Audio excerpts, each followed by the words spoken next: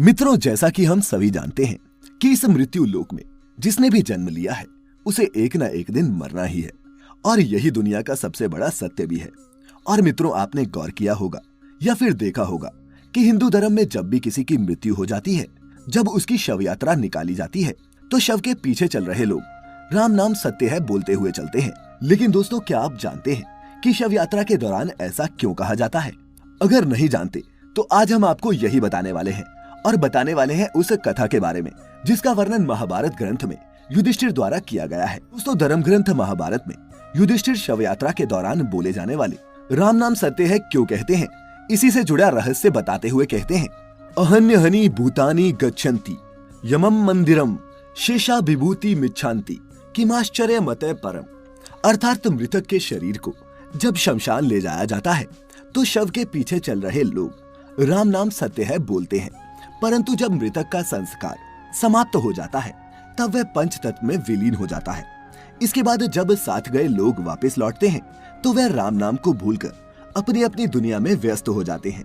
फिर मृतक के घर वाले उसकी संपत्ति को प्राप्त करने के लिए आपस में लड़ने झगड़ने लगते हैं। इसके आगे युधिष्ठिर कहते हैं कि हर मनुष्य अपने जीवन में कभी न कभी किसी न किसी की शव यात्रा में अवश्य जाता है और राम नाम सत्य है का ये नारा लगाता ही है, परंतु शमशान घाट के बाहर आते ही वह इस सत्य को भूल जाता है। हर मनुष्य रोज किसी न किसी की मृत्यु के बारे में सुनता है, फिर भी इस सबसे बड़ी सच्चाई को स्वीकार नहीं करता। इससे बढ़कर इस दुनिया में आश्चर्य क्या हो सकता है? इसके अलावा धर्म ग्रंथों में ये भी बताया गया है कि जिस तरह मृत्यु एक अटल सत्य है, ठीक उसी तरह राम का नाम भी सत्य है।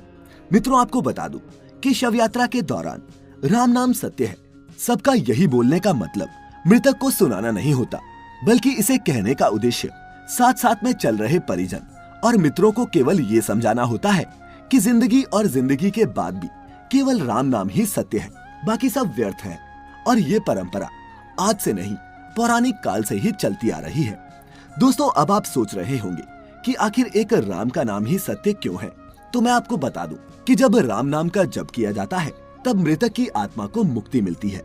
ऐसा माना जाता है कि मृतक के अंतिम यात्रा के दौरान राम का नाम बोलने से मृतक जन्म मृत्यु के चक्र से मुक्त हो जाता है और उसे श्रीहरि के चरणों में सदा के लिए स्थान मिल जाता है।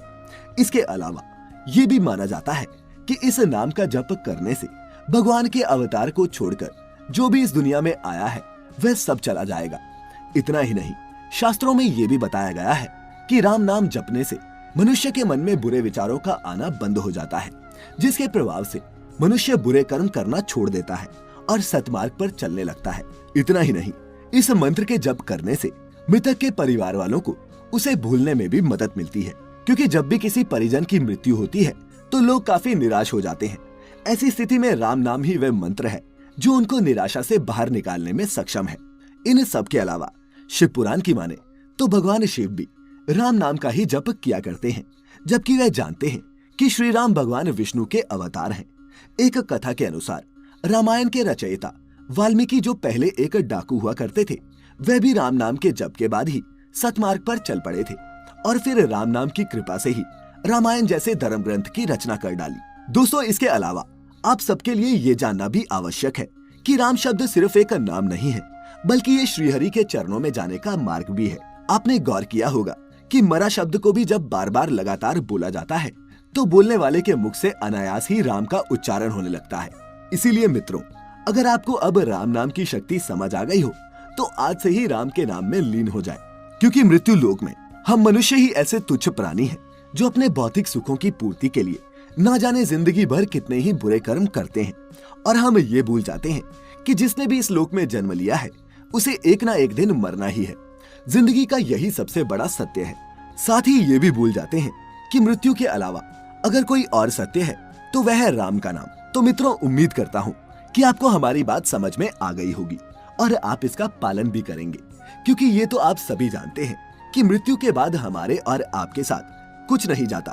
भले ही आप और हम कितने ही धन दौलत कमा लें, मृत्यु के बाद मनुष्य के साथ अगर कुछ जाता है तो वह है उसके द्वारा किया गया कर्म। खैर, अगर आपको हमारी आज की ये वीडियो अच्छी लगी हो तो इसे ज्यादा से ज्यादा लाइक और शेयर करें, ताकि आपके साथ साथ और लोग भी जीवन की इस सच्चाई के बारे में जान सकें।